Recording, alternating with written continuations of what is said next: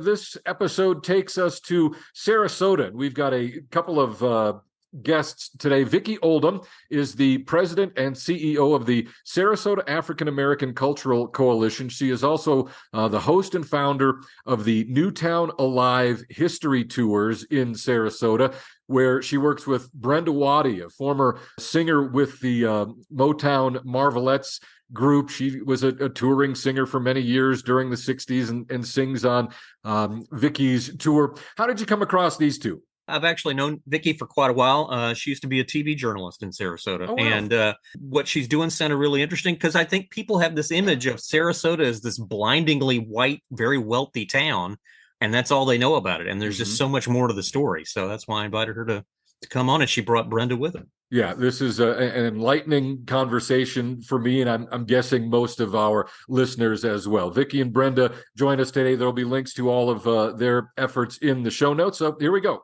When you tell people you're from Sarasota, people from outside there, how do they react? What do they say to you? What's their impression of Sarasota?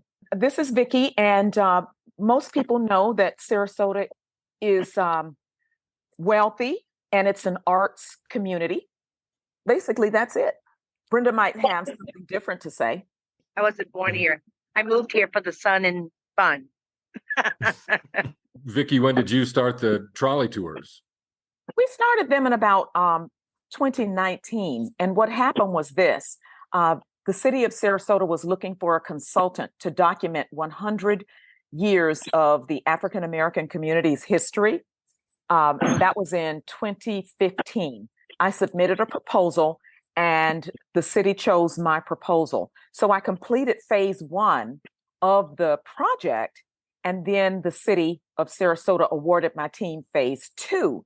Phase 2, the city wanted historic markers. My team produced, installed, developed, created, and launched the 15 historic markers. On dedication day, it was someone's idea to roll around each marker talking about history and sharing a description of what happened in the particular place where the marker was located. And so we did it. It went over so well. I did it again.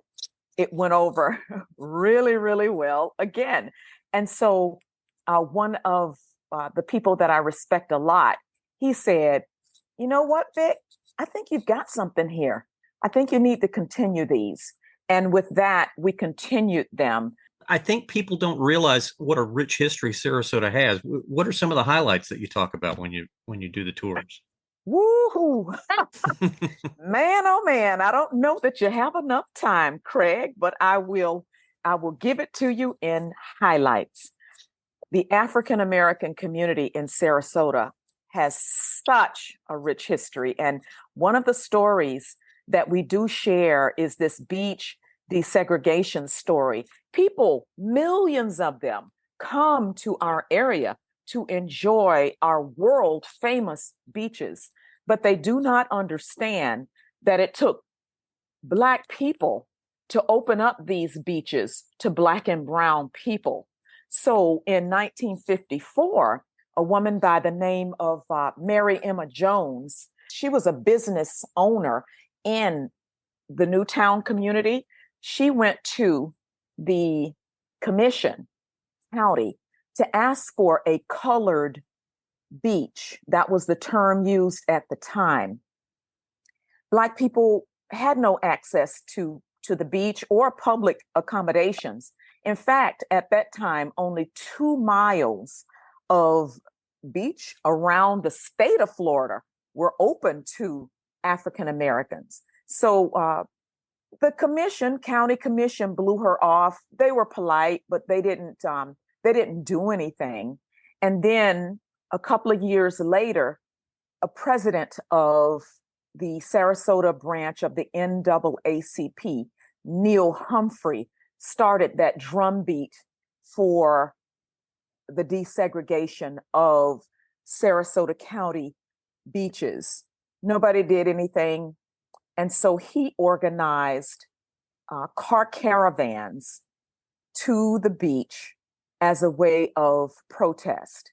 and it was a polite protest. There were no, it was to be nonviolent.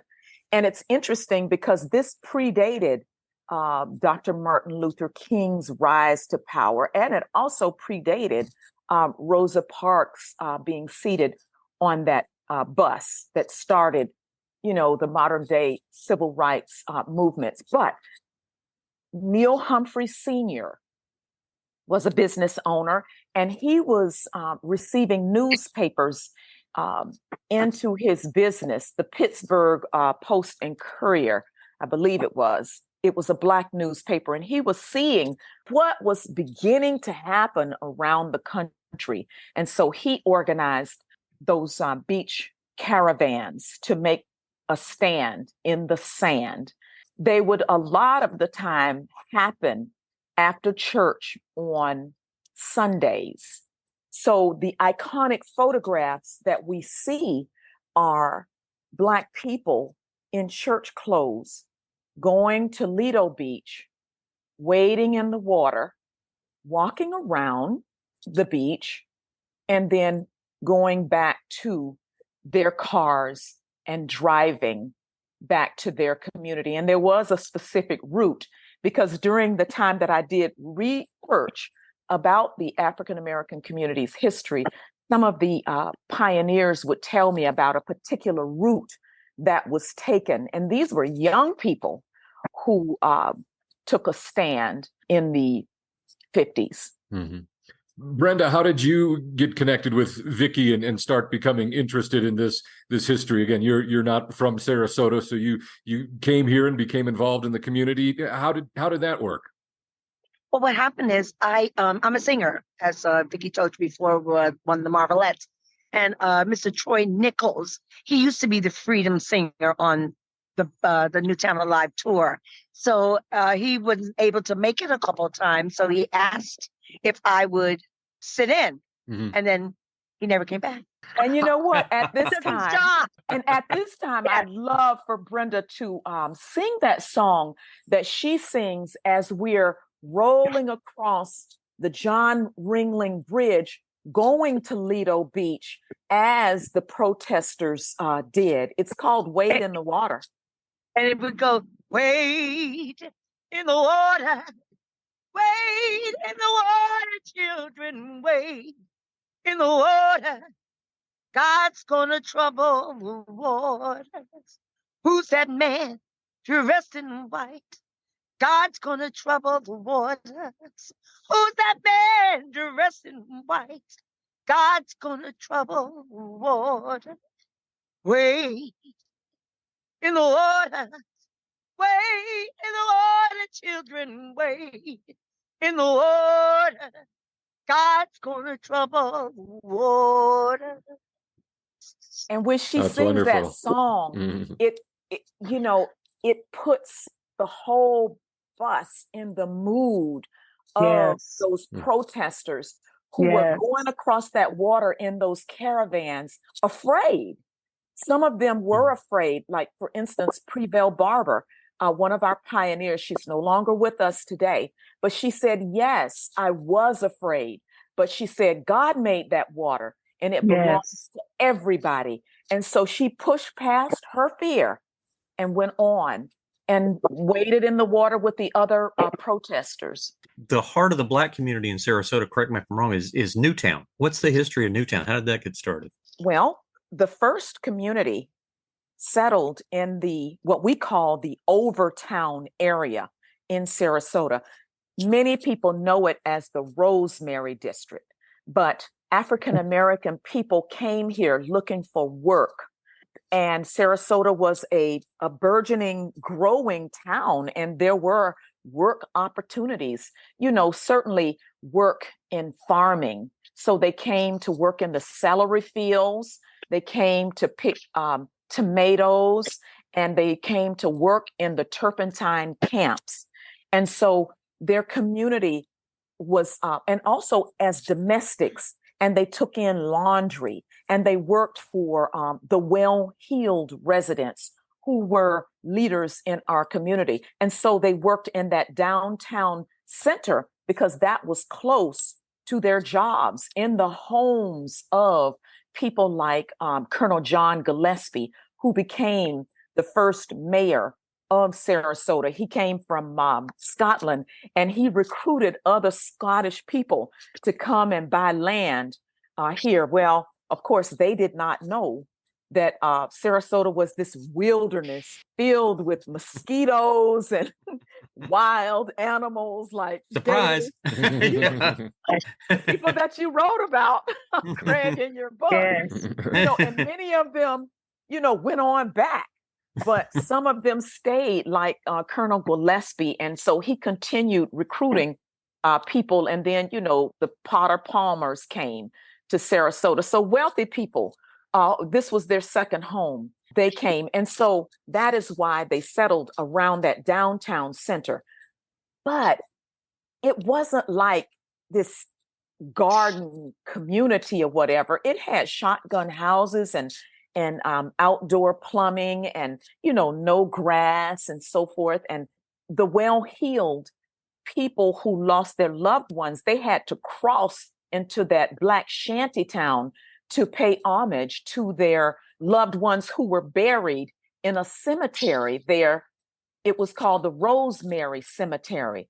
And they had a disdain for crossing that Black shanty town to pay homage to their loved ones. And so they actually wrote about it and complained about it. And so backroom dealings were handled. And so in 1914, Newtown was platted, and it was wild and a wilderness too.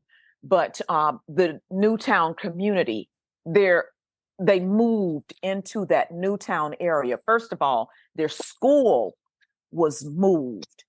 And so parents did not want their children walking all those miles to go to school in Newtown. So they moved into public housing because, there was a move to push people out of that area. Slowly, the Black community moved into the north side of Sarasota. And you know what it did? It set up that Overtown area for gentrification. It set it up. There were some hallmarks of gentrification: crumbling sidewalks, infrastructure that does not work, traffic lights, homeless people move in, and there's not attention given to these Black communities. And so benign neglect is the famous phrase. Yes. Okay. Yeah. And so developers come in and buy up the land for cheap. Mm-hmm. And then, trendy shops, coffee shops, that That's right. the hallmarks that happen in all African-American communities happen in this Overtown area. And so we do not recognize the Overtown community anymore. Its name was changed to the Rosemary District, and it is a hot and popping neighborhood. Yes. Oh, but you know what, Vicki? That's so funny that you say that, because that's happened everywhere. I'm from Baltimore, Maryland originally, and we used to live downtown Baltimore, and it was all Black, and those brownstones and those beautiful brownstones. Now it's all white. It's all gentrified. Mm-hmm. No Blacks live there at all. So it's happened all over, not just in Sarasota, unfortunately. Yeah. What is the Newtown neighborhood like these days? Well, it is changing, but I was born and reared in Sarasota and reared in Newtown. It has always been a very tight-knit, close community that I remember growing up. And it had to be that way because we could not go into other parts of Sarasota. Sarasota was a sundown town. And a lot of this, I came to know. I did not understand all of this as I was growing up in Sarasota.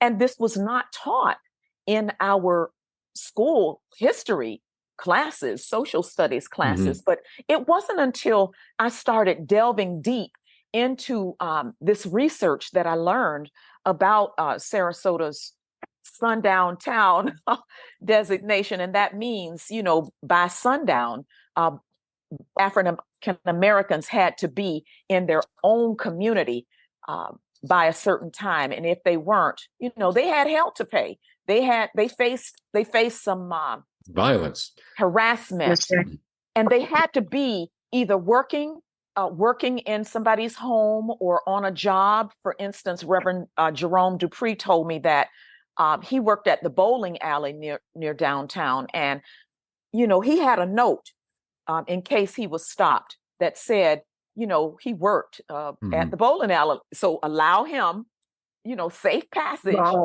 his job. Which is a lot like Nazi Germany, certain people having to carry notes to explain where they are and where they're going and why they are allowed to be there in a so-called free country. Well, and Vicki, you brought up a very interesting point that I was going to ask you. This is all news to me, but within Sarasota, what level of awareness is there to this history? People on our tours, they always say, I never knew this. I never knew that Sarasota was a sundown town. But there is a reference to this in a book about sundown towns in the USA.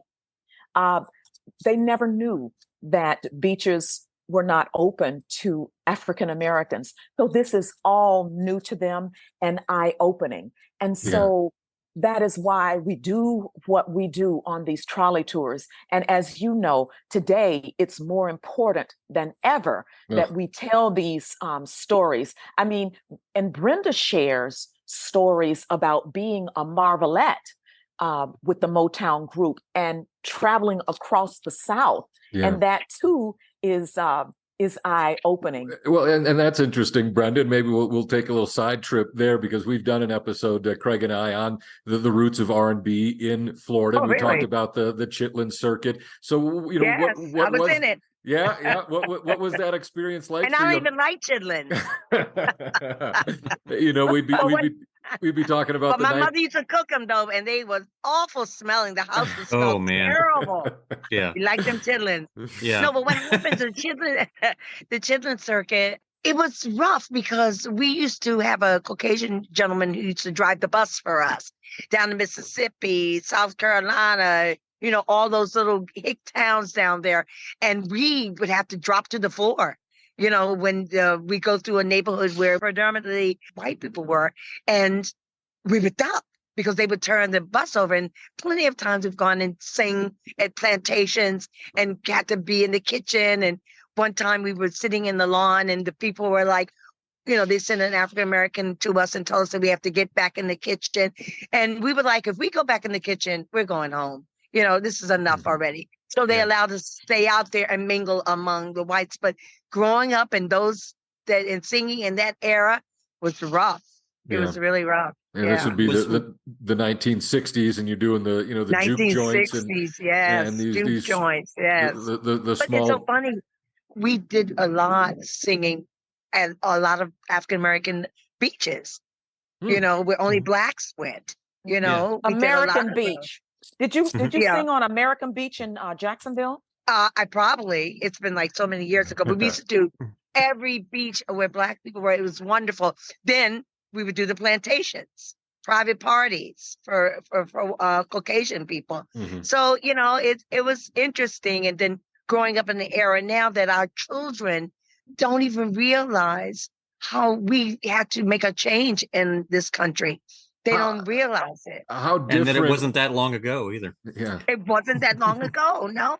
Because they don't live in that era. They just are getting the fruits of the labor. They didn't live in it. So they don't really realize everywhere we go, somebody calling me a nigger, we don't serve niggers here. We have to stay at a separate hotel. The bus driver would stay where the Ritz-Carlton, and we would have to stay at the Dumpty Dumps, I call them, the Dumpty Dumps. Yeah. Yeah. So people don't realize how difficult that was. You can't go into a restaurant, oh, sorry, we don't serve niggers here. It's like, really, it was, I mean, you have to have thick skin to come through that era. How different was your experience growing up in Baltimore? And Baltimore's kind of, it's not north, it's not south, Maryland, it's kind of in between. Right. How different was what you experienced and saw as a touring musician in the South during the 60s than what you grew up with and around in Baltimore? It was the same. Was it? Very racist. KKK is very heavy in Maryland, in the Maryland area. I mean, plenty of times they would just come out downtown with the robes on, burning the crosses, throw, spit at you. It was really bad. At least being an entertainer, when we went into the place, they treated you well. So on the plantation. Right. Right. But not, because we would have to eat in the kitchen, but they didn't call you the N-word because we are working for them. Do you know what I mean? So it was a little different. Vicki, what are some other stops on the tour? So we stop at Rosemary Cemetery to pour a libation in honor of two people, the only African Americans that are buried in that Rosemary Cemetery are Lewis and his wife, Irene Colson, and they were leaders in the Black community. And they built the first Black church built by and for African Americans. So yes, even in death, there was segregation. We also tool around the Overtown Rosemary district looking at murals, and we talk about Leonard Reed. We just put some murals up that depict African American history in that area near downtown, because one of our community scholars was riding around on the bus with us, and he realized that, gee, this place, our old neighborhood is all gentrified. Nobody would know that Blacks were here. So his idea was to put murals up. And so he started asking for permission to put, gigantic murals. So there is a mural on the Sarasota Modern Hotel that shares a picture of Leonard Reed, who came to Sarasota in 1900 on a boat headed to Cuba because he was getting into the dried fish industry, and they stopped by Sarasota to refuel. He says in an oral history interview that's available at the Sarasota History Center, he wanted to meet Black people. There was a party going on in that Overtown area. He went over there, enjoyed the party, stayed too long, stayed 2 days, had a great time. By the time he went back to the boat, it had already left him. So he was stuck in Sarasota. He did odd jobs, and the people recognized that, oh my gosh, he's a learned man, he's educated. So the Black people introduced him to Colonel John Gillespie, who was the man that was recruiting those Scottish people to come to Sarasota. And so Gillespie recognized him as educated too, immediately hired him.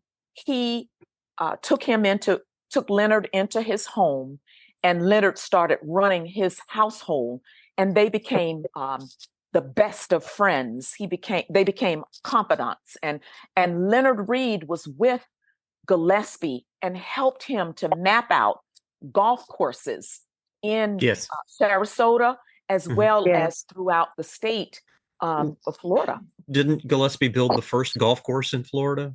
Absolutely. Yeah. Absolutely. And Leonard Reed was mapping out those golf courses with him. So we tell the story of Leonard Reed, and the movement of his house, built in 1926. So it was that mural that I was telling you about, where the Sarasota Modern Hotel is, that is where we placed that gigantic mural on the side of this modern day hotel. So development pressure moved that house to another location in the Overtown area on 7th and Cohen Way. And it was allowed to stay there for a long time. And then another developer came along. He owned the house and the land. He wants to now build an office complex. He deeded that house to the city of Sarasota, and the city of Sarasota knew that my organization was looking for a place, a physical structure for an African American arts, culture, and history center. After George Floyd was murdered, the city came into possession of this house, and they asked me and the nonprofit that I represent if we wanted to start in that little house. And I said yes, because we're out of options. And so the city said, okay, we got to move the house again. So they moved the house to Newtown. I had some issues now with moving that house out of its original location in the Overtown area where property values are through the roof. I had some issues, but I had no other choice if I wanted to have a physical structure to start an African American Arts Center that they needed to move it. So it moved with great fanfare. It did. We were up at 3:00 in the morning. Brenda was there singing freedom songs. Yes. And we followed that. It was a celebration. Yes. Celebration. It was a celebration. They moved it. The city paid about $400,000 to prepare that house to move. Yes. They built a parking lot. They put in landscaping. They hooked it up to city utilities, and we are doing the final touches on renovating that 1926 house, and we're going to open it to be an African American arts, culture, and history center. And we're so proud, and we're so happy that we get to preserve Leonard Reed's house, and we believe that he is smiling today as he watches us treat wonderful. His house. That's the Sarasota African American Cultural Coalition building. I will, of course, have links to that in the show notes as well. Yes. Oh, good. Thank you. Let me ask you about present day Sarasota, which has become known, I think, nationwide as sort of this hotbed of right-wing politics. Michael Flynn lives there now, and I think Steve Bannon lived there for a while. How are race relations in such a sort of pressure cooker atmosphere? So let me say this, Craig. It has been always difficult for African Americans to have parity in Sarasota, beginning way back, in heck. I did a research project called Looking for Angola, and then came Newtown Alive. So we are accustomed to not being able to move around as we'd like, and we're accustomed to being scrappers and fighting for our rights. And so, heck, ain't nothing. I don't know. It's nothing. It's nothing. We will battle. We will continue battling for our rights. Jim Crow laws do not exist anymore, but the people who believe in Jim Crow laws still are among us today. And so we understand that. And we keep doing what we do. And that is standing tall with courage, dignity, and determination to have parity in this community, as well as in the rest of the country. Well said. Yeah, I don't think we can go anywhere or do any better than that. Vicki Oldman, the president and CEO of the Sarasota African American Cultural Coalition. Brenda Waddy, the marvelous Brenda Waddy. Don't forget that. Yeah. Yes. They, of course, with the Newtown Alive history tours, will have links to how you can enjoy those tours and participate. I am looking forward to doing that one day very soon. Thank you both for joining us today. Thank you too. I enjoyed it. Thank you. Thanks.